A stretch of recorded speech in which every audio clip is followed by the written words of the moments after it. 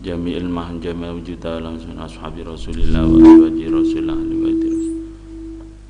Sayyidina Abu Bakar, Sayyidina Umar, Sayyidina Utsman, Fatimah Az-Zahra, Khadijah Al-Kubra, Aisyah Ar-Ridha, Sayyidina Hasan, Sayyidina Husain, Sayyidina Muhajir Muhammad bin Isa, Sayyidina Muhammad bin Ali,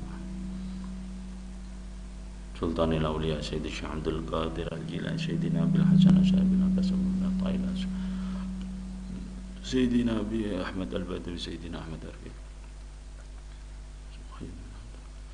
wa usuli wa furuhi wa li silsilati ahadi wa azwaji wa walidina walidi wa amwatina ummatikum ummatil muslimin suratul walidi hasan lahumul fatihah. A'udzu billahi minasyaitonir rajim. Bismillahirrahmanirrahim. Alhamdulillahi rabbil alamin arrahmanir rahim maliki yaumiddin. Iyyaka na'budu wa iyyaka nasta'in ihdinas siratal mustaqim siratal ladzina an'amta 'alaihim ghairil maghdubi 'alaihim waladdallin. Bismillahirrahmanirrahim. Nawaitu ta'alluma ta'lim wal mudzakarata wat tadhkira wal intifa'a wan naf'a wal istifadata wal ifadata wal hisa 'ala tamassuki bi kitabillahi wa sunnati rasulih sallallahu alaihi wasallam wa du'a ila al-huda dilalata 'ala al-khair ibtigha'a wajhi mardaahu wa ta'ala. Bismillahirrahmanirrahim. Syarat yang keempat dari beberapa syarat sampainya sesuatu ya ke dalam perut yang bisa membatalkan daripada puasa. Dulu sudah diterangkan syaratnya. Yang pertama adalah yang masuk adalah merupakan ain, keadaan. Jadi kalau bukan ain, hanya sekedar bau, tidak batal. Yang kedua syaratnya adalah harus sampai ke dalam perut atau jalan pencernaan, mengecualikan kalau masuknya itu lewat telapak kaki atau lewat paha ya. Yang ketiga masuknya tadi harus melewati jalan yang terbuka ya. Jalan terus yang terbuka yang sampai ke dalam perut atau ke dalam otak. Itu sudah kita terangkan. Syarat yang keempat, bisanya perkara itu membatalkan wudhu sampai ke dalam perut atau ke dalam jalan pencernaan. Antakuna hadhil ainu tasilu ilal jawf min manfadin maftuhin khalqiyan aw mustahditsan amdan. Syaratnya harus dilakukan secara sengaja, harus disengaja melakukan, memasukkan air ke dalam mulut sehingga air tadi itu langsung masuk ke dalam perut. Ini dalam keadaan sengaja. Amma idza wasalat tilkal ainu ila jawfika nisyanan fala yadurru. Kalau sampainya tadi itu dalam keadaan lupa ya, kamu dalam posisi lupa kalau kamu ini melaksanakan puasa, maka tidak berbahaya. Berapapun yang kamu makan ataupun yang kamu minum. Dulu di keterangan sudah kita singgung ya, pagi-pagi dia lupa, akhirnya dia makan, menghabiskan satu talam seumpama. Ya memang benar lupa, bukan tamlopa ya, bukan pura-pura lupa, memang lupa. Man Maka katanya Rasulullah, man akala nasiyan, barang siapa makan dalam keadaan lupa, wa huwa shaimun, dia dalam keadaan puasa, ya falyutimma saumahu, maka hendaklah puasanya diteruskan, disempurnakan. Karena sesungguhnya makanan yang dia makan dan minuman yang dia minum, fa innama at'amahu Allahu wa saqahu, sesungguhnya makanan yang dia makan atau minuman yang dia minum dalam keadaan lupa itu adalah rizq dari Allah, pemberian dari Allah, makanan dari Allah, minuman dari Allah Subhanahu wa ta'ala. Akan tetapi umpamanya ya,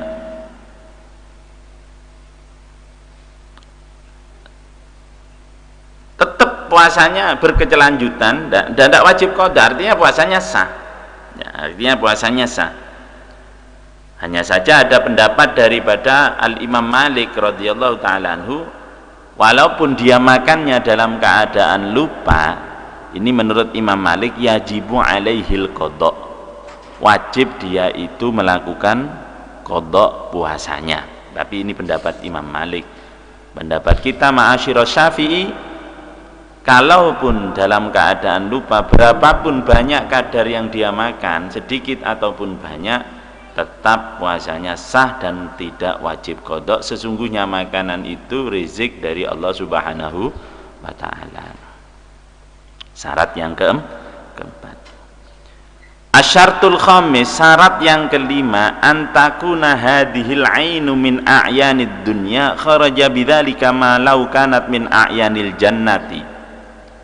Syarat yang kelima, yang dia makan dan yang dia minum hendaklah memang makanan atau minuman dari dunia, makanan dunia, mengecualikan kalau memang makanan yang dia makan itu datangnya dari surga, kayak dia seorang wali besar berdoa kepada Allah Subhanahu wa ta'ala agar diturunkan makanan dari surga, akhirnya ternyata sungguhan makanan tersebut datang dari surga, terus dia dalam keadaan puasa, akhirnya dia memakan makanan yang dari surga tersebut, maka puasanya tidak batal ya.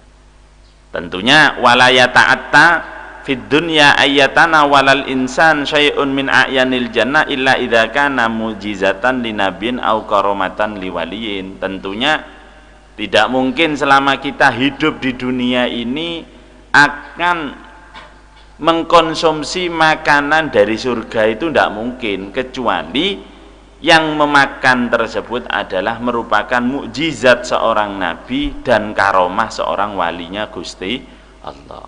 Jadi kalau setingkat orang bukan wali dan setingkat orang bukan nabi, ini di sini dikatakan la yata'atta, tidak akan mungkin terjadi mendatangkan makanan dari surga.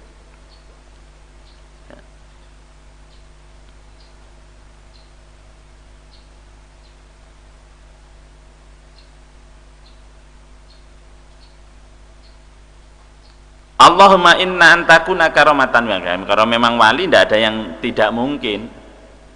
Banyak wali-wali besar itu doanya diistijabai, semacam yang terjadi pada seorang waliullah Al-Imam Abdurrahman Bajal Haban. Imam Abdurrahman Bajal Haban ini seorang waliullah, akan tetapi dirinya tidak tahu kalau dirinya itu wali ya. Di dalam pembahasan kan, di dalam kitab-kitab tasawuf ada pembahasan apakah seorang wali ini harus tahu kalau dirinya wali. Apa mungkin seorang wali itu tidak tahu kalau dirinya adalah wali? Jawabannya ternyata pendapat yang kuat, wali itu tidak tahu kalau belum tentu dia tahu kalau dirinya wali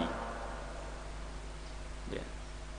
Belum tentu tahu. Kadang kewaliannya itu diketahui oleh orang lain, dirinya sendiri tidak tahu. Dirinya sendiri tidak tahu.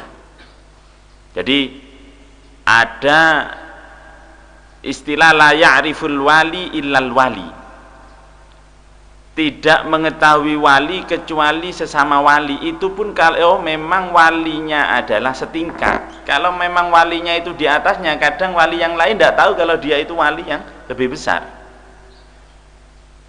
Sebagaimana yang terjadi dalam ceritanya Al-Imam Abdurrahman Bajal Haban.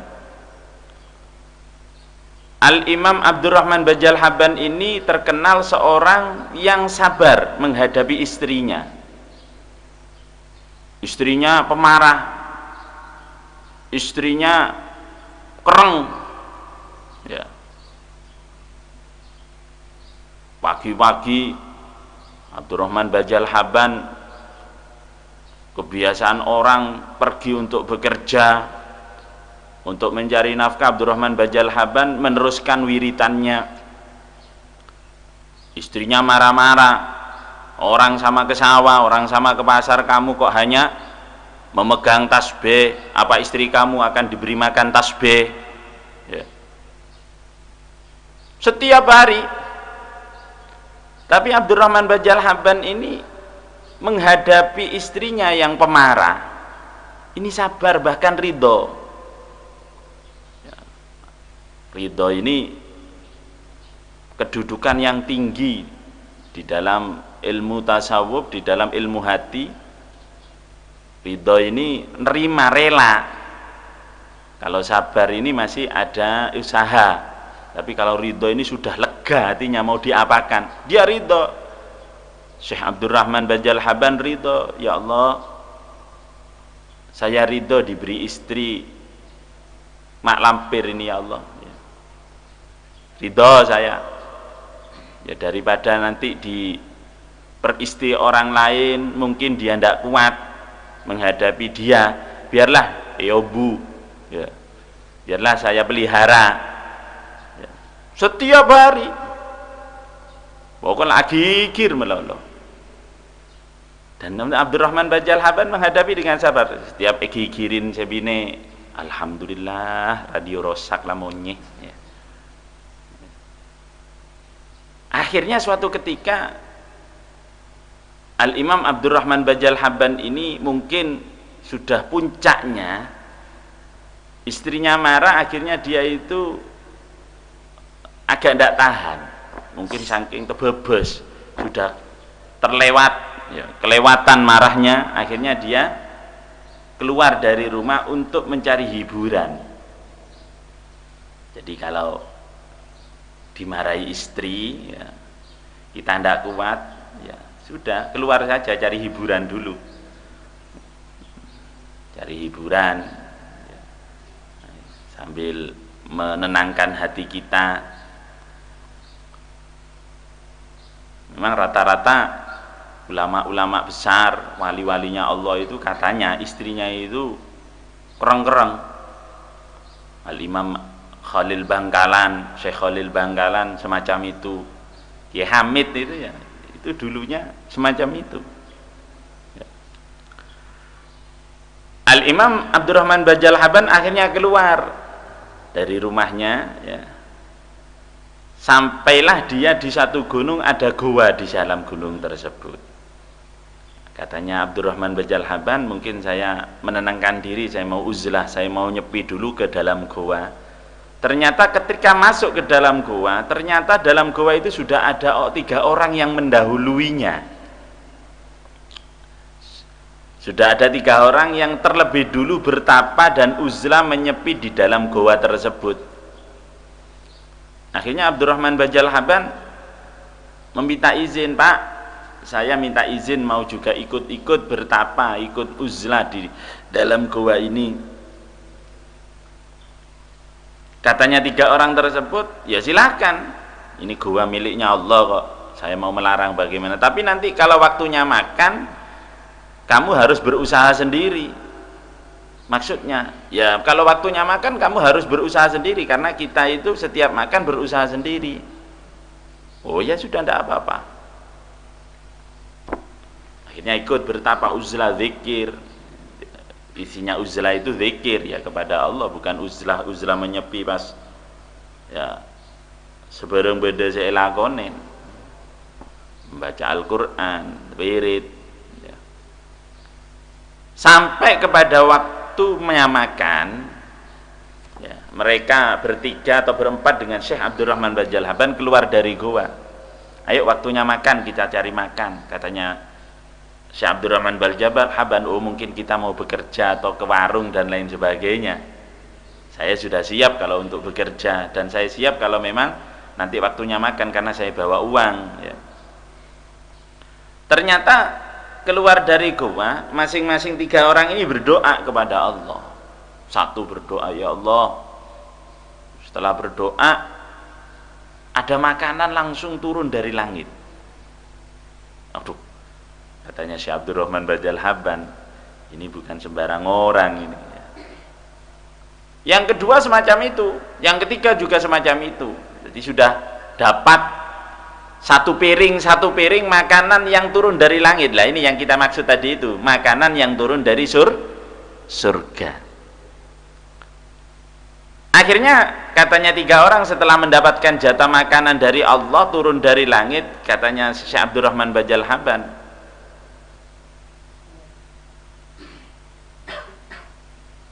katanya mereka bertiga, sekarang giliran kamu. Abdurrahman Bajal Haban bingung, doa apa ini, ya. Akhirnya ya wis, karena wis mungkin dipaksa, akhirnya Abdurrahman Bajal Haban ini berdoa, isinya doa, ya Allah, barokahnya 3 orang ini walinya Allah, mudah-mudahan saya juga ikut berikan makanan seperti makanan yang Allah berikan, yang Tuhan berikan kepada mereka. Abdurrahman Bajal Haban mengangkat tangan, selesai tangan diangkat diturunkan, langsung jatuh dari langit bukan hanya 1 piring, 1 nampan. 1 nampan. Kalau yang 3 orang tadi hanya 1 piring, 1 piring. Ini Abdurrahman Bajal Haban berdoa langsung 1 nampan. Ya terkejut, kaget yang 3 orang. Oh, berarti 1 orang ini lebih hebat dari kita, ya. Kita saja setiap hari berdoa hanya dapat 1 piring, ini sekali berdoa dapat 3 nampan. Akhirnya mereka bertiga tanya, siapa sampean? Kata Abdurrahman Bajal, enggak, saya tanya dulu sampean itu apa sih doanya. Saya sebenarnya berdoa tadi itu ikut-ikut doa sampean. Saya minta kepada Allah, ya Allah, minta saya ke panjenengan memohon makanan barokahnya mereka bertiga yang merupakan orang dekatmu, ya Allah, walimu, ya Allah. Nah itu saja saya doa, tidak doa macam-macam. Terus katanya Abdurrahman, kamu itu doanya bagaimana sih? Kok dapat kok bisa mujarab semacam itu? Katanya 3 orang ini, saya berdoa setiap hari tawassul kepada seorang wali yang bernama Abdurrahman Bajal Haban. Akhirnya Abdurrahman, loh itu nama saya, itu saya Abdurrahman Bajal Haban, kok bisa saya diangkat jadi wali, apa ceritanya? Katanya 3 orang tadi itu, dia diangkat jadi wali karena sabar dan ridho menghadapi istrinya yang pemarah. Jadi kalau ingin jadi wali gampang, ya. Istrinya suruh yang galak, Dek, yang galak kepada saya, biar saya cepat jadi wali. Kalau sabar, kalau tidak sabar benih waliullah, wali wator nanti, ya.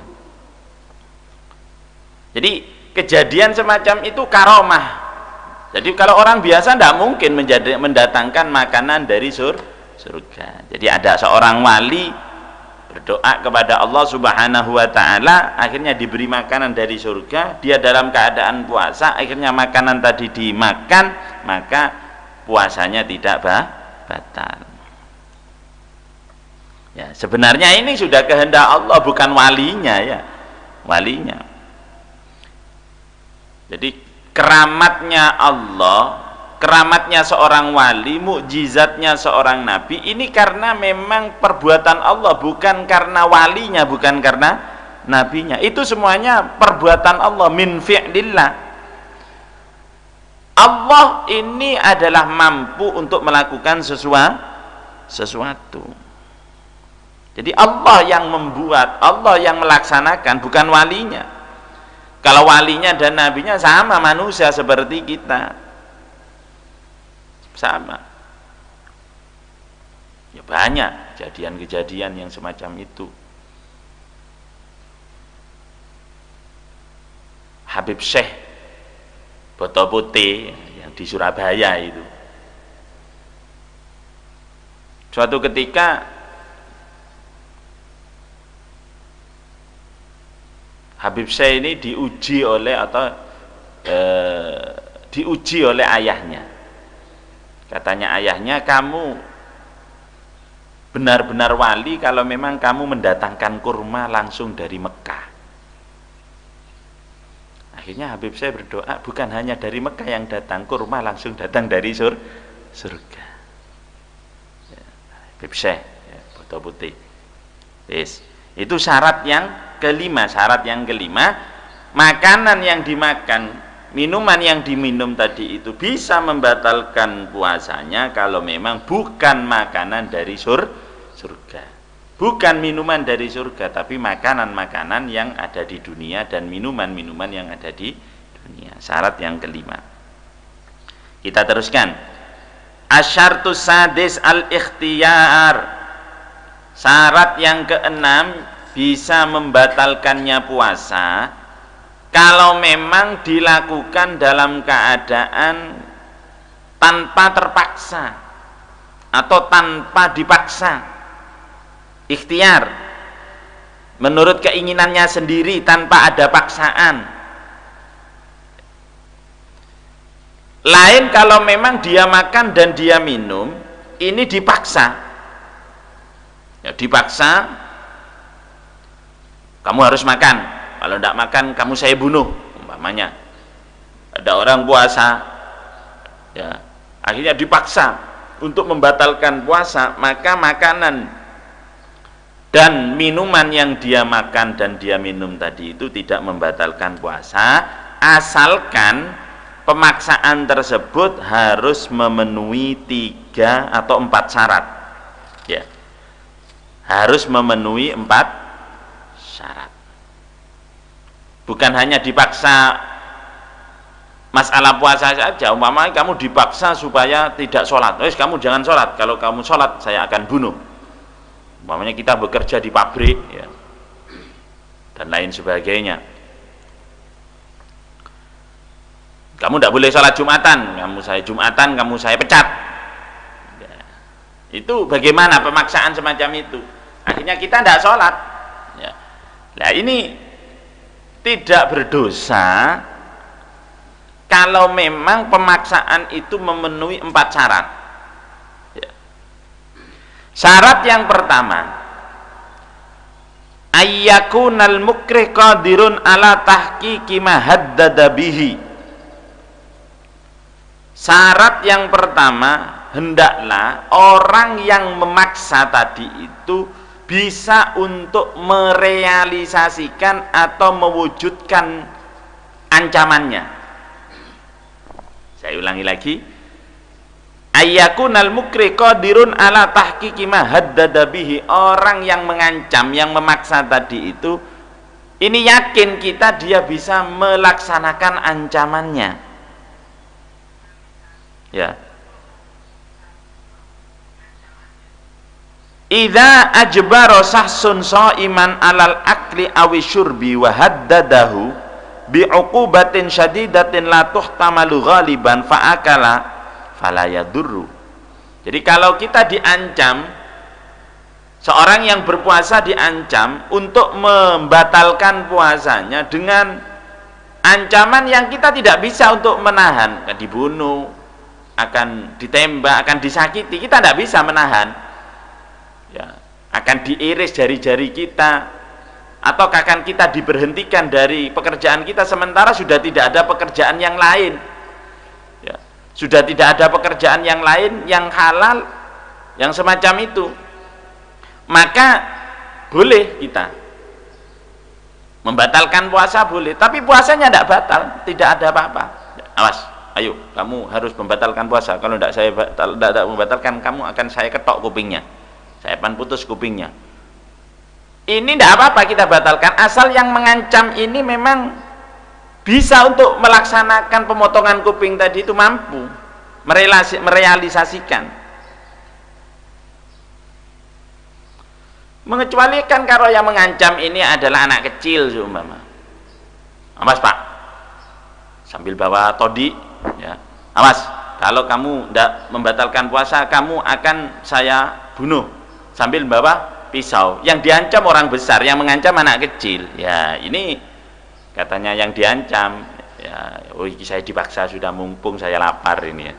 Tidak bisa.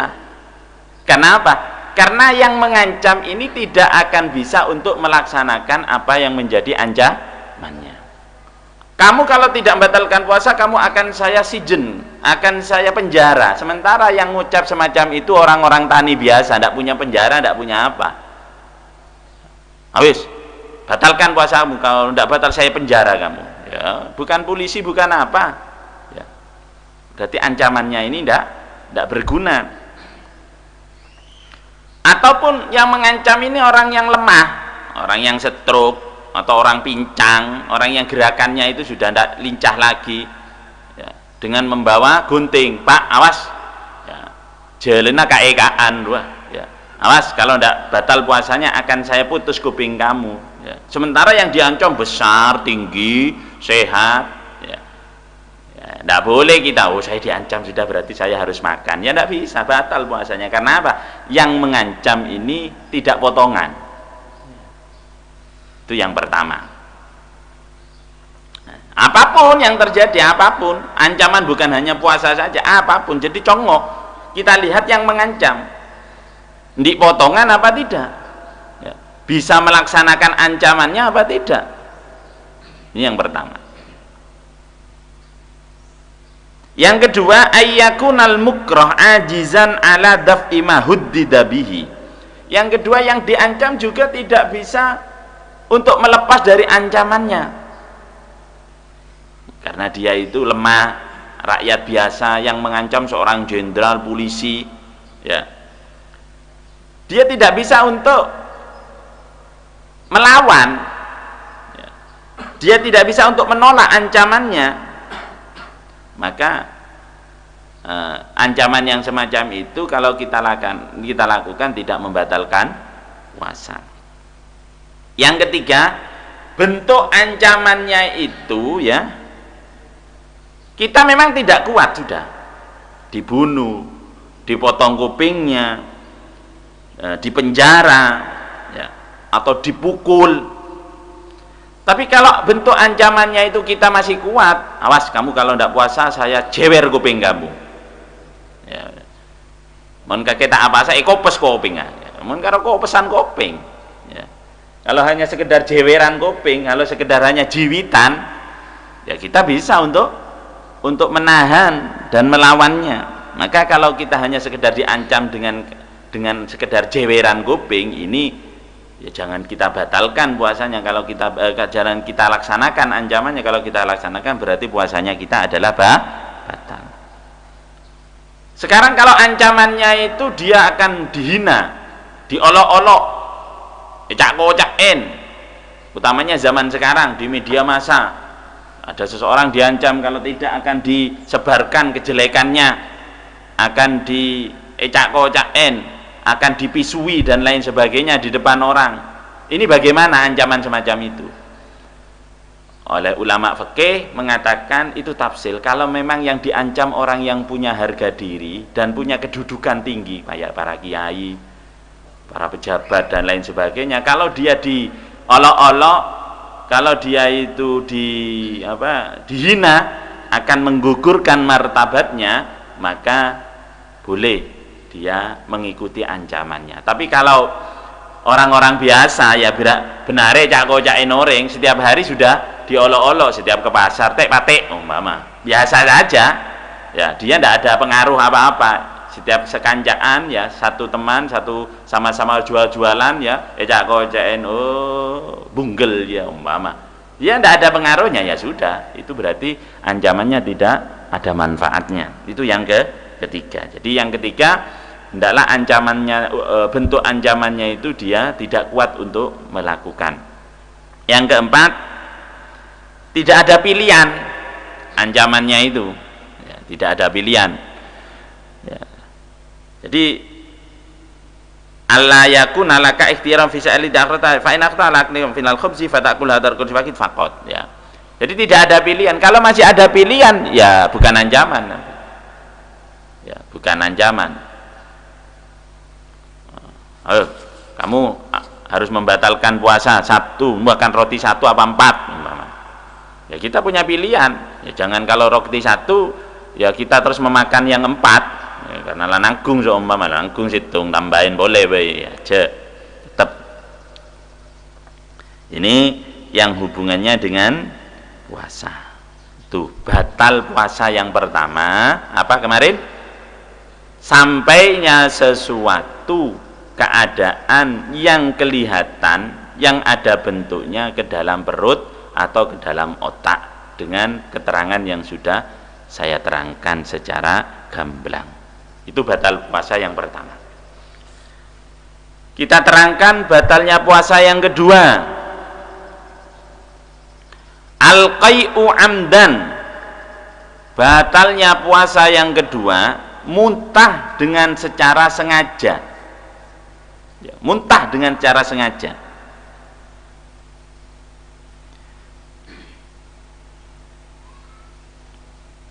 Jadi idza talaba shaim al-qai'a, kalau memang seorang yang berpuasa berusaha untuk mengeluarkan muntahan dengan cara jari-jarinya dimasukkan ke dalam mulutnya sampai dia muntah, ma'innahu yubtilu saumahu, maka semacam itu adalah bisa membatalkan puasa. Tapi kalau memang muntahnya itu adalah tidak sengaja, semacam dia itu memang perutnya sudah mual, akhirnya tidak bisa ditahan perutnya, akhirnya dia muntah, ya maka semacam ini tidak membatalkan puasa. Mabuk perjalanan seumpama, ya karena masuk angin akhirnya dia muntah, ini tidak batal puasanya, ya. Jadi puasa yang batal itu kalau memang muntahnya disengaja. Rasulullah Shallallahu Alaihi Wasallam bersabda, man dzara'ahu qai'un fahuwa sha'im falaysa alaihi qada. Barang siapa dia dalam keadaan tidak sengaja muntah, ya sementara dia dalam keadaan puasa, maka dia tidak wajib qada, artinya puasanya tetap sah. Sementara fa inistaqa'a falyaqdi, kalau memang puasanya itu diusahakan, ya, memang dia itu dimuntahkan kayak tadi itu, tangannya dimasukkan ke dalam mulut, maka puasanya adalah batal. Wa hadza madhabul jumhur, dan hukum semacam ini adalah madhab kebanyakan ulama. Bahkan Al-Imam Ibnu Mundir mengatakan, ajma'a ahlul ilmi, sepakat ulama bahwa muntah yang disengaja adalah membatalkan puasa. Yes. Tapi di sini perlu diketahui, wa mahalluhu idza kana min 'amidin 'alimin mukhtarin kama fil jima'. Membatalkan puasa karena dia sengaja muntah, kalau memang dia itu sengaja dan tahu kalau memang muntah yang disengaja itu adalah membatalkan puasa, dan juga dia itu tidak dipaksa. Sekarang kalau memang dia tidak tahu, karena dia baru masuk Islam, ya baru masuk Islam dapat 2 hari dia puasa, akhirnya tidak tahu kalau sengaja muntah itu membatalkan puasa, berarti puasanya tidak batal karena memang dia itu baru masuk Islam. Atau memang dia itu hidupnya jauh dari ulama, tidak tahu, tidak pernah ikut ngaji, ataupun dalam keadaan lupa, ataupun dalam keadaan dipaksa, maka muntah yang disengaja tersebut ini tidak membatalkan puasa. Tapi tidak sengaja ataupun muntah yang memang tidak disengaja muntahnya, ini membatalkan puasa kalau memang sesuatu yang diuntahkan tadi itu tidak masuk kembali ke dalam perut. Ya. Kita muntah, setelah muntah ternyata ada yang dimuntahkan itu kembali lagi ke dalam, maka batal sudah puasanya, maka batal. Oleh karena itu, kalau kita muntah, memang kita tidak kuat sudah karena mual, perut sakit, muntah, ini usahakan muntahnya dalam keadaan kita menunduk. Jadi langsung menunduk gini muntah, agar supaya yang diutahkan tadi itu, yang dikeluarkan tidak kembali lagi ke dalam. Ya, tidak kembali lagi ke dalam. Kalau ada orang sakit, akhirnya dia muntah, setelah muntah ternyata ada sedikit, walaupun sedikit, kembali lagi ke dalam perut, walaupun muntahnya tidak sengaja, ini tetap batal. Tetap batal. Jadi harus hati-hati. Ya. Bukan, oh berarti saya tidak sengaja, ini tidak batal. Bukan. Ya, harus ada penafsilan kalau memang yang diuntahkan tidak ada yang kembali lagi ke perut. Memang oleh karena itu kalau kita muntah dalam keadaan tidak sengaja, maka hendaklah muntah dalam keadaan membungkukkan badannya agar yang diuntahkan itu tidak kembali lagi masuk. Yes. Ini keterangan tentang batal wudhu. Yang kedua adalah muntah. Yang ketiga, yang membatalkan wudhu yang ketiga adalah al-istimna lis-shaim, sengaja mengeluarkan mani. Ya. Kalau bahasa sekarang itu onani, sengaja mengeluarkan air sperma. Jadi mengeluarkan air sperma tapi tidak dengan jalan bergaul dengan perempuan. Jadi kalau orang keluar mani dengan tanpa usaha, semacam dia tidur akhirnya mimpi keluar mani, ini tidak batal puasanya. Akhirnya dia itu sebab mikir-mikir, lihat film porno, ya di siang Ramadan, ya mikir-mikir, melihat seorang perempuan yang cantik dan lain sebagainya, akhirnya dia keluar mani, ya dengan sebab mikirnya, bukan dengan sebab dipegang kemaluannya, bukan. Ya, maka kalau semacam itu puasanya tidak batal, tapi bukan berarti tidak dosa, ya, tetap berdosa. Ya. Melihat batu itu kamu syahwat saja berdosa. Nyongok beto coleng congo kuta manjeng, syahwat, tertarik, itu dosa sudah dosa. Ya. Apalagi melihat yang perempuan, ya, melihat gambar, melihat film dan lain sebagainya. Ada seorang perempuan lewat, akhirnya kok ada jaran kuda. Ketika melihat kuda, ternyata kemaluannya itu keluar. Ya. Akhirnya perempuan tadi itu tertarik dan menikmati sambil berpikir, loh ini jangan dikira tidak dosa, tetap dosa. Ya, tetap dosa.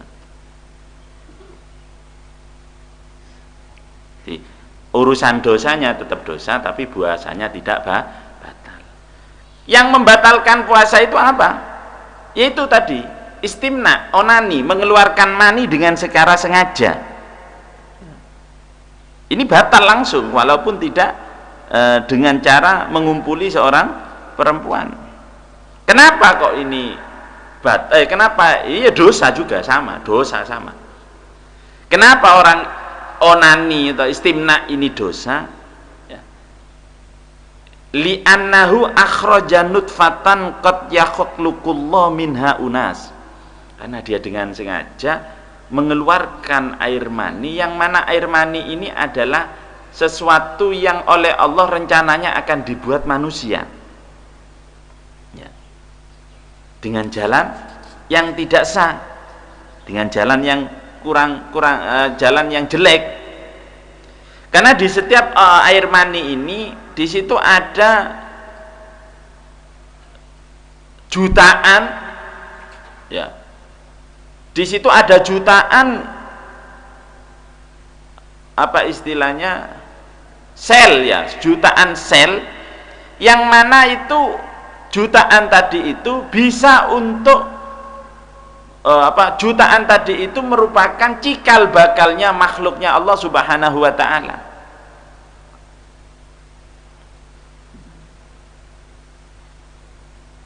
Apa kalau punyaan laki-laki dan perempuan ovum ya. Ya itu. Jadi karena semacam itulah oleh Allah Subhanahu wa taala ya, ini diharamkan. Jadi untuk menghindari semacam itu tentunya kita harus satu, agar kita bagi mereka yang syahwatnya sudah membludak ya, membludak ya, nomor satu kita takut kepada Allah.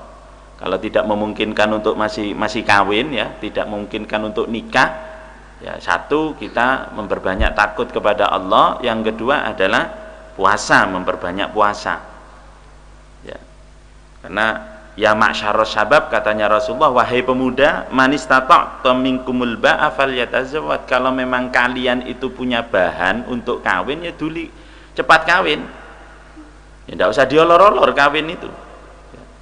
Kalau kita sudah mampu ya kawin, jangan mikir nanti makan apa ya, sudah niat ibadah karena Allah Subhanahu wa taala, yakin ya, insya Allah kita akan diberi jalan keluar oleh Allah Subhanahu wa taala. Berusaha sudah, kalau selama kita berusaha di situ akan menemukan jalan, apalagi bersamaan dengan mendekatkan diri kepada Allah ya. Kawin. Terus kemudian kalau memang karena kawin fa innahu aghaddu lil basar, kawin itu bisa untuk lebih memejamkan atau lebih menjaga penglihatan. Kita melihat perempuan cantik, kita ingat, oh di rumah ada sudah ya. Oleh karena itu katanya Rasulullah, kalau kita memandang perempuan cantik, kita kalau pulang langsung sudah, kalau kita punya istri langsung gauli istri kamu ya. Waman lam yastati, bagi mereka yang masih belum punya biaya, belum punya mahar ya, ini orang Arab maharnya memang mahal-mahal. Jadi banyak kita temui orang-orang Arab itu umur 30, umur 40 masih belum kawin, karena bukan karena apa, mereka itu mau mencari maharnya itu mahal ya. Kawin itu membutuhkan $10.000 ya, $10.000 itu paling sedikit itu ya, $10.000 sekitar 40 juta ya, 40 juta.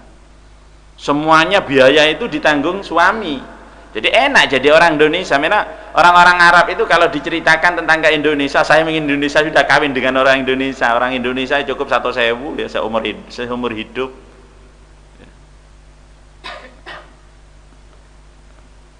Jadi ya seorang, oleh karena itu kekuasaan untuk menentukan mahar itu bukan si suami, bukan calon suami, si istri.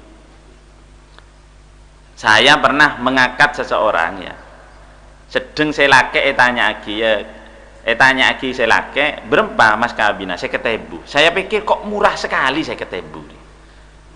Orang bekerja 1 hari saja tidak ada yang dibayar 50.000 1 hari loh, jarang. Ini menikah seumur hidup kok mas kawinnya 50.000. Akhirnya saya tanyakan kepada walinya, bener tak takokno ya yang sing wedok, ternyata yang perempuan minta 200 sampai 300.000, ternyata dia belum musyawarah kepada calon istri ya. Kalau suami ya minta modal ya, minta murah terus. Jadi kita harus menghargai seorang perempuan itu, biasanya mas kawinnya di dalam keluarganya umumnya berapa ya, kita harus siap sebagai seorang laki-laki. Umpamanya keluarganya biasanya kalau kawin mas kawinnya 1 juta ya, kita harus sudah siap 1 juta ya. Kalau kita tidak mampu ya untuk mas kawinnya ya sudah, fa'alaihi bisaum, kita sering puasa, fa innalahu wija, karena sesungguhnya puasa ini sebagai tali wija. Orang puasa itu mau maksiat bagaimana semuanya ya sengkah. Ya ngering bine lah ada semangat sekali dalam kebedaan abasa. Ya. Tapi syahwat ya itu akan timbul kalau kita kalau kita itu semakin terisi makanan. Apa boleh seekakan yang dimakan itu yang lezat-lezat daging ya. Pakai daging kambing, durung kawin belum makan ya. Makanannya daging kambing, jamunya sehat lelaki ya. Belum kawin jamunya sehat lelaki, belum kawin jamunya minumannya telur ayam ya. Telur ayam 5 dengan madu dengan STMJ. Buat apa? Untuk stamina ya, stamina saya dimas ya stamina ya. Kalau belum kawin sudah tidak usah pakai gizi-gizian, yang penting sehat, kangkung ya, malah elok ya. Kalau sebelum kawin ya kangkung, terong. Jadi kalau sekarang belum kawin minumannya sudah extra jos, STMJ, hemaviton, telur banyak ya. Telur etek. Nah, ini belum kawin mau apa kamu ya. Jadi paling cocok itu sudah saum, puasa sudah, puasa, memperbanyak puasa. Ataupun dia kalau sudah tidak bisa lagi, ada jalan keluar, kita ke dokter. Dok, saya ini mau kawin masih ragu-ragu dok, karena memang ekonomi saya itu masih biayana ini, saya gimana itu, tapi keinginan saya menggebu-gebu, syahwat saya kuat dok, padahal saya sudah puasa dan lain sebagainya, tapi kayaknya sudah membeludak-dudak ini. Katanya dokter ada obatnya untuk meringankan syahwat kamu ya, untuk meringan, tidak apa-apa asal obatnya itu tidak berbahaya. Jadi untuk mengurangi ketegangan syahwat itu dengan 3 cara tadi itu. Kita takut kepada Allah, memperbanyak ibadah. Jadi jangan sering ngelamun, jangan sering menyendiri. Yang kedua berpuasa, yang ketiga ini dengan cara meminum obat, yang mana obat tersebut sudah biasa beredar, bukan obat-obat ilegal, tapi obat yang legal yang disebutkan oleh dokter yang tidak berbahaya. Terus kemudian, jadi yang tidak membatalkan puasa tadi itu kalau memang keluarnya mani dalam keadaan bermimpi. Yang kedua, kalau memang keluarnya mani itu disebabkan mikir ya, disebabkan ngelamun atau disebabkan melihat. Ini tidak membatalkan puasa, tapi tetap berdosa karena melihat wanita yang melihat sesuatu dengan syahwat itu adanya hukumnya berdosa. Sekarang pembahasan lagi lebih dalam lagi, kalau seorang sudah bersuami dan atau mempunyai istri, akhirnya ketika berpuasa itu tidak gaul, tidak kumpul, tidak jima, tapi ya sekedar pegang-pegangan, cium-ciuman ya dengan istrinya, ini bagaimana? Ini diterangkan di sini, wa amma fi'lu ba'dil asya' minaz-zauj ma'az-zaujati kal muda'abah. Apa yang dilakukan seorang suami dengan istrinya atau seorang istri dengan suaminya dengan pemanasan lah, tidak kumpul, tidak pemanasan, bercium, pegang-pegangan dan lain sebagainya. Kalau memang ini tidak sampai mengeluarkan mani, maka hukumnya adalah makruh yang sangat, makruh yang mendekati haram. Kalau memang dia sampai syahwat ya, sampai gairah. Tapi kalau tidak syahwat ya biasa-biasa saja, istrinya dicium ketika Ramadan atau istrinya dipegang ketika Ramadan, dia tidak punya setrum, tidak ada setrumnya ya, tidak syahwat, maka hukumnya adalah khilaful aula, kurang utama, kurang baik, gitu saja. Tapi kalau sampai syahwat, sampai ada setrumnya, sampai ada syahwatnya, maka hukumnya makruh yang sangat, makruh yang parah, yang mendekati haram.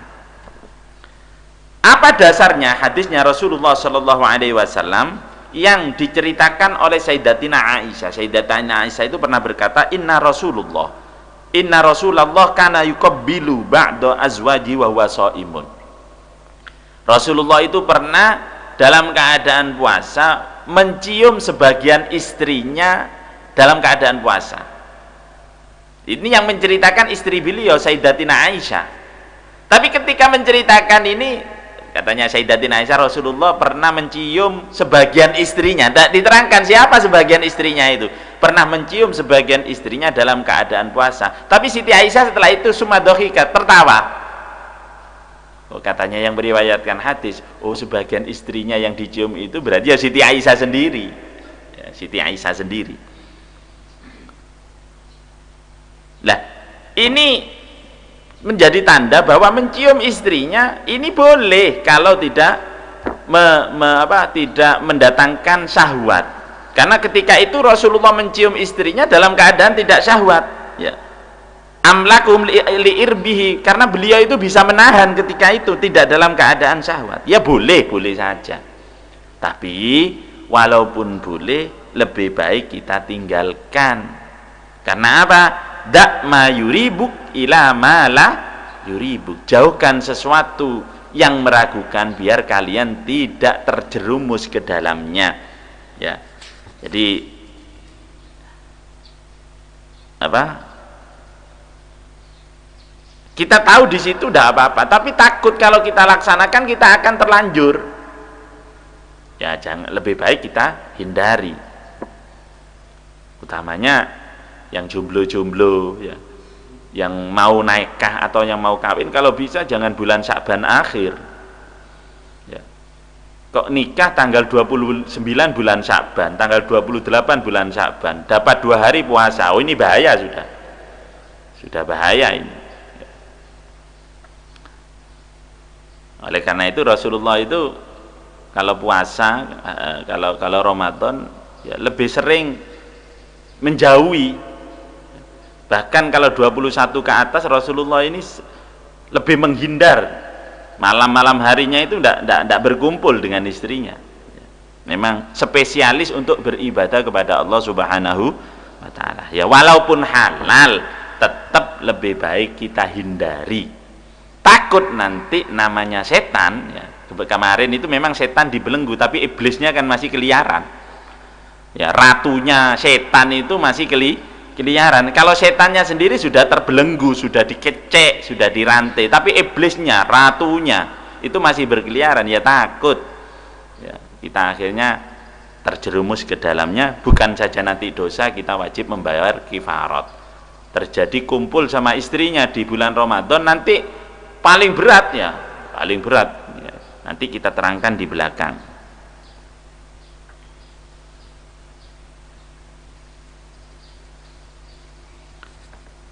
Terus kemudian apabila ada orang yang mencium istrinya, pokoknya bukan menggauli ya, mencium, memegang, ternyata dia keluar mani, maka puasanya batal, tetap puasanya batal dan wajib qadha. Yang menjadi permasalahan sekarang gimana? Apakah yang mencium tadi itu, yang mencium istrinya, yang keluar mani tadi itu, apakah wajib membayar denda, kifarat? Ya. Nah ini, kalau mengumpuli istrinya, ya jima istilahnya, ini jelas wajib membayar kafarat, denda. Tapi sekarang ini bukan dikumpuli, tapi hanya sekedar pemanasan lah. Pemanasan terus kemudian keluar mani, ini jelas sudah berdosa, batal puasanya, wajib mengganti atau qadha puasanya. Tapi apakah wajib membayar kifarat atau denda apa tidak? Ini ada 2 pendapat. Al-qaulul awal, pendapat yang pertama, madhabul jumhur, wa huwa mu'tamadu madhabi Syafi'i annahu laisa alaihi kifaratun wa innamal qadha faqat. Pendapat yang kuat dan didukung oleh kebanyakan ulama dan juga pendapatnya Imam Syafi'i yang paling kuat, bahwa dia tidak wajib membayar denda, cukup dia mengqadha puasanya saja. Karena ini bukan jima ya, karena ini hanya sekedar pemanasan. Bukanlah kalau jima ya jelas sudah wajib kafarat, wajib. Pendapat yang kedua yang pendapatnya Imam Malik dan Imam Ahmad, maka di samping dia itu wajib qadha, wajib membayar denda. Ini berat ini pendapat, tapi ya pendapat lemah. Yang kuat tidak wajib membayar denda. Oleh karena itu, fayambaghi lis-shaim yujahid nafsahu min hadil afkar. Oleh karena itu, kita kalau puasa sudah kita jauhkan pikiran-pikiran yang negatif itu. Khususnya bagi mereka yang belum kawin. Ya. Kita jauhkan, kita tolak pikiran-pikiran negatif itu. Kita sibukkan diri kita, jangan terlalu banyak menyendiri, melamun dan lain sebagainya. Harus kita perangi ya, sekuat mungkin. Dengan cara apa? Ya, di sini ada jalan keluarnya ya. Untuk menghilangkan pikiran-pikiran negatif, utamanya bagi si jomblo yang belum kawin ya, nomor satu zikrullah. Kita memperbanyak zikir kepada Allah. Karena pikiran negatif tersebut ini tentunya yang membawa adalah setan. Setan ini akan mengalir atau masuk ke dalam dirinya manusia sebagaimana mengikuti aliran darah. Terus kita akan diikuti oleh setan. Dan setan ini berusaha sampai kita itu tidak kuat. Dengan apapun caranya. Dengan apapun caranya. Itu yang pertama. Kita zikir kepada Allah. Ya, kita pagi kita istiqomahkan baca Rotibul Haddad atau Rotibul Attas, Wirdul Latif. Ya, membaca Al-Qur'an, membaca sholawat. Karena yang bisa untuk mengalahkan setan itu adalah zikir kepada Allah Subhanahu wa ta'ala. Yang kedua tadi itu dengan cara puasa. Karena dengan puasa ini kita akan lapar. Kalau sudah lapar itu syahwat kita akan terpecah dan akan menyempitkan jalannya setan. Ya. Jalannya darah ini akan menyempit dengan kita berpuasa. Ya. Karena setan ini selama kita masih hidup sudah berjanji ya. Qala fa bima aghwaytani la aqudanna lahum siratal mustaqim. Summa la'atiyannahum min baini aydihim wa min khalfihim wa an aymanihim wa an syama'ilihim wa la tajidu aktsaruhum syakirin. Katanya setan, saya berjanji selama saya hidup saya berjanji akan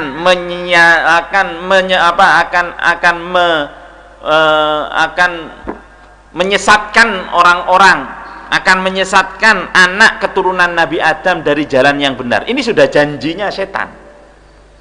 Aku akan mendatangi mereka dari depan. Kalau dari depan tidak bisa, aku akan mendatangi mereka dari belakang. Kalau dari belakang tidak bisa, aku akan datangi mereka dari kanan dan dari kiri. Di sini tidak diceritakan setan mendatangi dari arah atas. Ternyata memang benar, setan tidak akan mengganggu manusia dari atas, karena atas ini adalah langsung ada penjagaan dari Allah Subhanahu wa ta'ala. Ya.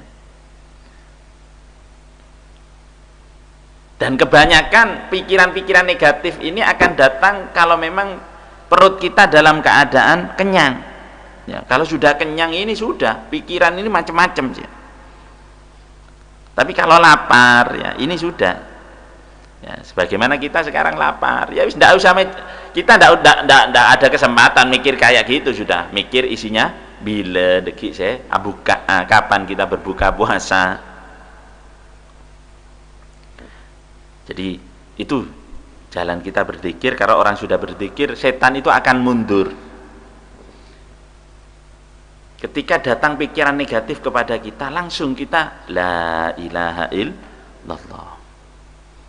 Dengan hati kita, dengan lesan kita. Lesan kita ucapkan la ilaha illallah, hati kita juga bersamaan lesan la ilaha illallah, hati kita juga mengucapkan la ilaha illallah.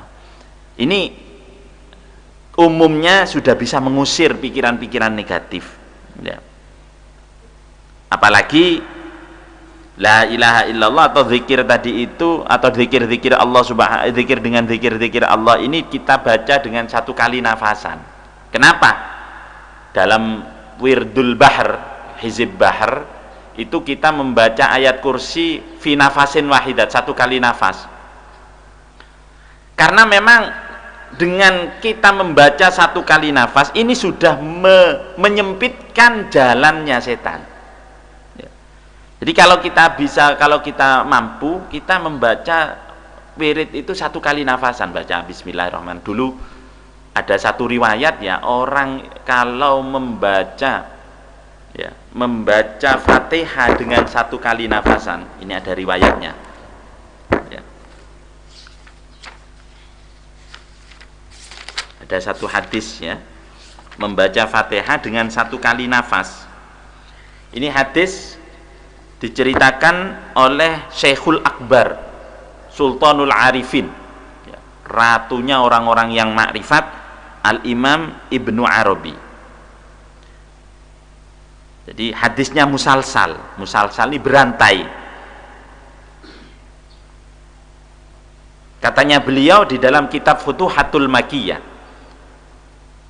idza qara'tal Fatihah fasil bismillahirrahmanirrahim bilhamdulillah fi nafasin wahidin min ghairi qat'in. Kalau kalian membaca Fatihah, maka sambungkan bismillahirrahmanirrahim dengan alhamdulillah seterusnya sampai waladhdallin amin. Ini dengan 1 kali nafasan tanpa ada terputus. Kemudian beliau Syekhul Akbar Imam Muhyiddin Ibnil Arabi, beliau itu seorang hebat, kitabnya itu tidak sembarang orang bisa untuk membaca, dan memang dilarang oleh ulama ya, termasuk Imam Ibnu Hajar untuk membaca kitab-kitab beliau bagi mereka yang tidak memahami maksud dan tujuan beliau. Kalau sudah tahu rumus-rumusnya, ini tidak apa-apa ya. Beliau punya kitab namanya Futuhatul Makkiyah, saya punya kitabnya di sini ya. Tapi ya begitu, kita yes, kalau tidak paham ya sudah, kita tinggalkan gitu saja, jarang ya. Dia punya kitab Futuhatul Makkiyah. Beliau ketika setelah mengarang kitab, lembaran kitab itu ditaruh di atas Ka'bah. Lembaran kitab Futuhatul Makkiyah ini kalau nggak salah 8 juz, ada di atas sebelah timur sendiri, ada 8 juz ya. Ini setelah dikarang ya, ini lembaran kitabnya ditaruh di atas Ka'bah. Ini didiamkan bertahun-tahun.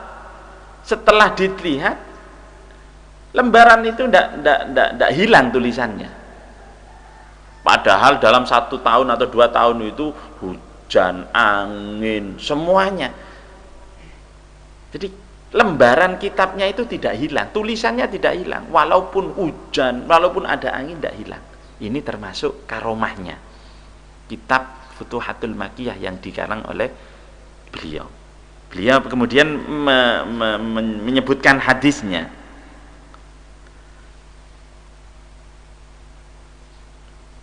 Haddatsani fulan ila Anas bin Malik ya. Setiap hadisnya ini diselingi dengan sumpah, qasam, billahi, demi Allah ya. Terus sampai Imam Anas bin Malik. Imam Anas bin Malik mengatakan, billah, demi Allah, hadis ini aku ceritakan dari Rasulullah. Rasulullah mengatakan, billah, demi Allah, hadis ini aku ceritakan dari malaikat Jibril. Malaikat Jibril mengatakan, billah, demi Allah, hadis ini aku ceritakan dari malaikat Israfil. Malaikat Israfil mengatakan, billah, hadis ini aku ceritakan dari Allah. Allah berfirman, biizzati, dengan kemuliaanku, dengan keagunganku, dengan sifat pemurahku, man qara'a bismillah. Ini Allah yang dahulu langsung. Barang siapa yang membaca bismillahirrahmanirrahim muttasilah bi fatihatil kitab marratan wahidatan, membaca bismillahirrahmanirrahim disambung dengan Fatihah 1 kali nafasan. 1 kali nafas, bismillahirrahmanirrahim, alhamdulillahirabbil alamin arrahmanirrahim maliki yaumiddin iyyaka na'budu wa iyyaka nasta'in ihdinas siratal mustaqim siratal ladzina an'amta 'alaihim ghairil maghdubi alaihim waladdallin. 1 kali nafasan. Ya. Ishhadu ala anni qad ghafartu lahu, saksikan aku mengampuni dosanya orang yang membaca tadi, katanya Allah. Wa qabiltu minhul hasanat, dan saksikan aku menerima kebaikan atau amal baiknya orang tersebut. Saksikan juga aku mengampuni dosa-dosanya, dan aku tidak akan membakar lisannya dengan api neraka. Dan orang tersebut saksikan akan aku selamatkan dari siksa kubur dan dari siksa neraka, dan akan bertemu dengan para nabi, para wali-walinya Allah Subhanahu wa ta'ala. Ya, kita kalau mendapatkan keterangan hadis, ya ini langsung kita amalkan. Oleh karena itu mari kita bersama-sama mengamalkan membaca Fatihah 1 kali nafasan, biar kita termasuk dalam hadis yang barusan saya ceritakan, yang sanadnya dari Syekhul Akbar Al-Imam Muhyiddin Ibni Arabi. Al-Fatihah. Bismillahirrahmanirrahim. Alhamdulillahirabbil alamin arrahmanir rahim maliki yaumiddin iyyaka na'budu wa iyyaka nasta'in ihdinas siratal mustaqim siratal ladzina an'amta 'alaihim ghairil maghdubi 'alaihim waladdallin. Amin. Bismillah. Jadi kalau datang pikiran yang negatif, kita teruskan, ya. Ini kita terus membaca la ilaha illallah, Allah sampai sekuat nafas kita, ya. Kita teruskan di pembahasan besok tentang masalah bekam, cantuk. Orang berpuasa boleh apa tidak melakukan cantuk, ya. Cantuk itu ada dua, ada bekam, ya, yang dikeluarkan dari badan kita, atau yang ada namanya fasdu. Fasdu ini dari darahnya dikeluarkan dari lewat otot jalan darah, kayak orang mau diinfus atau orang yang mau donor darah. Itu kita bahas besok insyaallah, ya. Kita meneruskan sebentar bahwa termasuk sahabat yang dilakukan sahabat mengambil barokah, ya, badannya Rasulullah adalah sahabat Khalid bin Walid.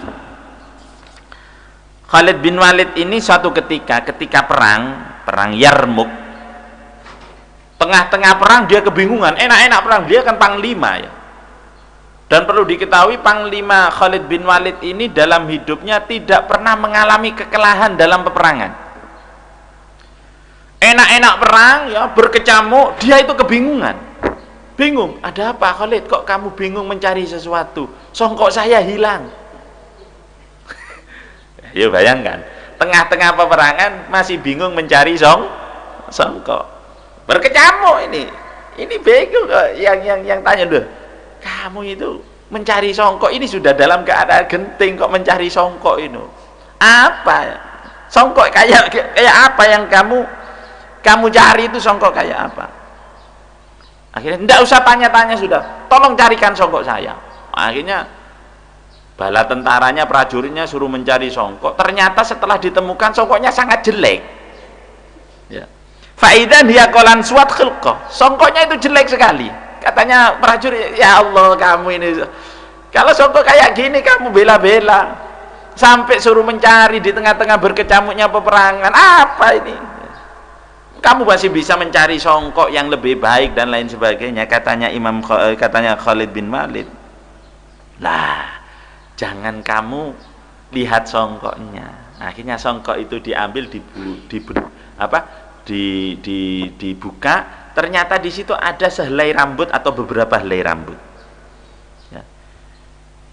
Katanya Khalid bin Walid, suatu ketika Rasulullah Shallallahu Alaihi Wasallam setelah melaksanakan umroh, beliau mencukur rambutnya. Ketika mencukur rambut, sahabat itu sama berebutan. Jadi Rasulullah itu kalau Rasulullah itu apa istilahnya meludah, ini ludahnya ini dibuat rebutan. Kalau Rasulullah cukur, ini rambutnya dibuat rebutan. Fattadaron nas, semuanya berebutan. Akhirnya aku mendapatkan beberapa helai rambutnya Rasulullah, dan rambutnya itu aku taruh di songkok ini, dan aku pakai kemanapun aku pergi, termasuk aku dalam melaksanakan peperangan.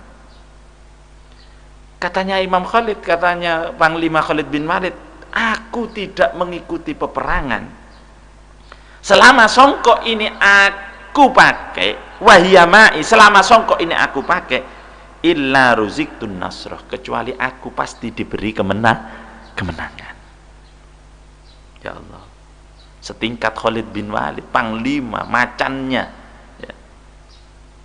Ini jimatnya ya. Jadi ini menggunakan jimat, ini dalilnya sudah.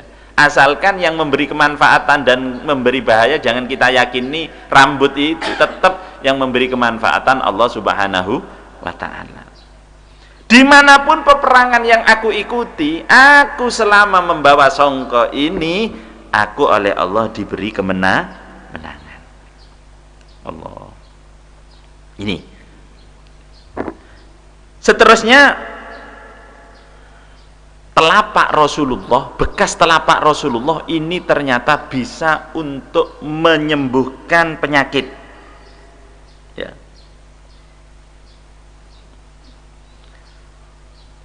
Ada seorang sahabat namanya Handolah. Suatu ketika diajak oleh kakeknya sowan kepada Rasulullah Sallallahu Alaihi Wasallam. Katanya kakeknya, wahai Rasulullah, aku punya anak, ya, dan juga punya cucu, dan ini Handolah adalah cucuku yang paling kecil. Akhirnya oleh Rasulullah, Handolah tadi itu ditarik mendekat Rasulullah, terus kemudian kepalanya diusap oleh Rasulullah Sallallahu Alaihi Wasallam dengan didoakan barokallahu fik, mudah-mudahan kamu mendapatkan barokah. Ya.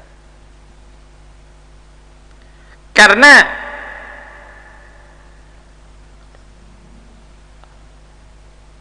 kepala yang pernah diusap oleh telapak tangannya Rasulullah ini oleh Handolah di kemudian hari dibuat untuk menyembuhkan orang. Suatu ketika ada orang yang mukanya ini membara, apa mukanya ini abu kabeh apa? Ya, memar semuanya, bedeng-kebi. Ya. Akhirnya datang kepada Handolah, oleh Handolah mukanya tadi itu suruh mengusapkan ke kepalanya. Katanya Handolah, bismillah, ala maudhi'ika fi Rasulillah. Barokahnya tempat kepala yang pernah diusap oleh telapak tangannya Rasulullah. Ayo wajahmu kamu usapkan ke kepalaku. Tidak seberapa lama faid hiburlah. Jadi memar yang ada di wajahnya langsung hilang. Ya, langsung hilang. Itu bekas ya, bekas, masih bekas telapak Rasulullah. Bagaimana bisa kita membayangkan, apalagi yang membasuh atau yang mengusap itu langsung telapak daripada Rasulullah. Juga ada satu imam namanya Thabit Al-Bunani. Ini kalau ketemu sahabat Anas bin Malik, pasti langsung tangannya itu dicium. Katanya sahabat Imam Thabit Al-Bunani mengatakan, aku mencium tangan yang pernah tangan tersebut pernah mencium tangannya Rasulullah Sallallahu Alaihi Wasallam. Aku mencium tangan yang pernah mencium tangannya Rasulullah. Aku mencium kening mata yang pernah melihat Rasulullah. Allah. Jadi kita melihat ulama ya. Ini sebenarnya begini sirinya. Kenapa kita melihat ulama itu kok ibadah? Karena ulama itu pernah melihat ulama, gurunya. Gurunya melihat gurunya, gurunya melihat gurunya, terus gurunya melihat gurunya, gurunya melihat gurunya, gurunya melihat gurunya, sampai Imam Syafi'i melihat gurunya, Imam Anas bin Malik, Imam Anas bin Malik melihat gurunya, Imam Nafi melihat gurunya, Imam Abdullah bin Umar melihat gurunya Rasulullah Sallallahu Alaihi Wasallam. Pernah terjadi di suatu daerah, ini lama tidak turun hujan. Melakukan istighosa sudah setiap hari, melakukan istisqa sudah setiap hari, tapi hujan tidak turun. Sampai masyarakatnya itu putus asa. Akhirnya ketika melaksanakan sholat istisqa yang terakhir, ya, tetap tidak ada tanda-tanda akan hujan. Sampai ada seorang laki-laki tua, pakaiannya copang-camping, tidak memakai sandal, tidak memakai sepatu, tidak memakai alas kaki, dia langsung ke pertengahan lapangan, tangannya diangkat, doanya begini saja, ya Allah, dengan barokah kedua mata saya ini ya Allah, dengan barokahnya kedua mata saya ini ya Allah, turunkan hujan ya Allah. Setelah dia berdoa semacam itu, langsung mendung datang, awan datang, langsung hujan ketika itu. Orang-orang termasuk kiainya aneh, iki wong-wong iki dungane kok aneh. Dia berdoa, ya Allah, barokahnya kedua mata saya ya Allah, turunkan hujan. Ono apa matane kok iso nekakno udan? Akhirnya setelah itu ditanyai, kenapa kamu kok doanya semacam itu, barokahnya kedua mata saya? Katanya orang yang berdoa, mata saya ini pernah aku lihat karena aku gunakan untuk melihat Al-Imam Abu Yazid Al-Bustami, seorang wali besar, Al-Imam Abu Yazid Al-Bustami. Ya tentunya Imam Abu Yazid Al-Bustami matanya pernah melihat gurunya, gurunya pernah melihat gurunya, gurunya pernah melihat gurunya, sambung kepada Rasulullah Sallallahu Alaihi Wasallam. Oleh karena itu, melihat seorang yang alim, melihat orang-orang yang dekat dengan Allah ini nilainya adalah nadhrul alim ibadatun, melihat orang alim ibadah, karena orang alim ini penglihatannya menyambung kepada Rasulullah Sallallahu Alaihi Wasallam. Kita teruskan di pembahasan besok. Mudah-mudahan kita masih diberi kesempatan, diberi sehat walafiat, panjang umur untuk menyempurnakan kegiatan kita, ibadah kita di bulan Ramadan. Allahumma amin. Akhirul kalam, alhamdulillahirabbil alamin, hamdan yuafi ni'amahu wa yukafi'u mazidah. Ya Rabbana lakal hamdu kama yanbaghi li jalali wajhika wa 'azimi sultanik. Subhanaka la nuhsi sana'an 'alaika kama asnaita 'alana wa lakal hamdu hatta tawakkal. Allahumma barik lana fi ulumina, Allahumma barik lana fi hayatina, barik lana fi arzaqina, barik lana fi auladina, barik lana fi talamidina, barik lana fi ma'hadina birahmatika ya arhamar rahimin. Allahumma tawil umurana wa sahih jasadana wa nawwir qulubana wa sabbit imanana, hasin a'malana. Na'udzubika min jahdil bala wa darki syaqa qada wa syamatatil a'da. Allahumma ahsin aqibatana fil umuri kulliha wa ajirna ya Allah min hazzid. Allahumma afina wahfadna warhamna wal muslimin. Allahumma kfina wa iyyahum jami'an syarra masaibid dunya waddin. Allahumma aslihna wa aslih bina wa aslih man fi salahi salahun lil islami wal muslimin. Allahumma la tuhlikna ya Allah wa ahlik man fi halakihi salahun lil islami wal muslimin. Allahumma asrif anna wa jami'il muslimin biladina biladil muslimin al-bala wal ada wal ghala wat ta'un wal zalazil wal mihan wal hurub wal jawr wal dhulm wal amrad wal corona jami'an wa'il bala al fitan wal mihan ma dhahara minha wa ma batan bi haqqi sayyidina Muhammadin sallallahu alaihi wasallam wa bi haqqil awliya wal ulama was salihah wal masturin wal masyhurin usan bi haqqil habil sayyidil habib arif billah sultanul arif sultanul ulama sultanul ilmi al habib Salim bin Abdullah bin Umar Syadiri. Allahumma ya Allah surun wa sayyidina Muhammad sallallahu sayyidina Muhammad Allahumma ajbir umat sayyidina Muhammad. Allahumma ya Allah yassir lana umurana umratini wa dunya rakhal. Allahumma ja'al hadal ma'had ma'hada mubarakah ma'mura min yaumina hada ila yaumil qiyamah. Allahumma ja'alna wa auladana dzurriyyatina habban ta'allama min hadana min ahlil ilmi ahlil khair wa la taj'alna wa rabbana atina fid dunya hasanah fil akhirati hasanah qina adzaban nar. Sallallahu ala sayyidina Muhammadin wa alihi wa subhana rabbika rabbil hamdillahi rabbil alamin. Ya rabbana atarafna wa annana ashrafna ala ladha ashrafna wa tub alayna tauba tawsilu kulla hawba wastur lana al-awrati wa aminir rawati wa ufir li wa rabbi wa mauludina wal ahli wal ikhwani wa sairil khillani wa kulli dhi au jiratin au suhba wal muslimina ajma amina rabbi asma' fadla wa juda manna la biktisabi minna bil mustafa rasuli nahdha bi kulli suli bil mustafa rasuli nahdha bi kulli suli salla wa sallam rabbi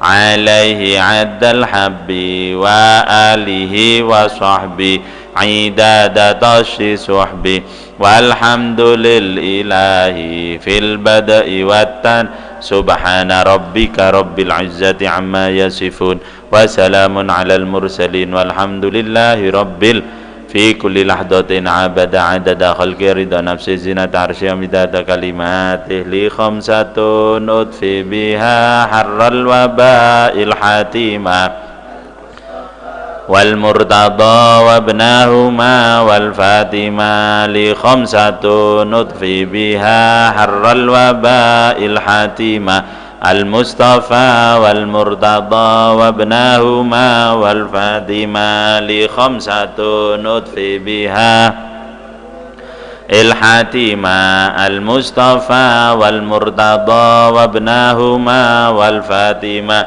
لخمسة نطفي بها حر الوباء الحاتمة المصطفى والمرتضى وابنهما والفاتمة لخمسة نطفي بها حر الوباء الحاتمة المصطفى والمرتضى وابنهما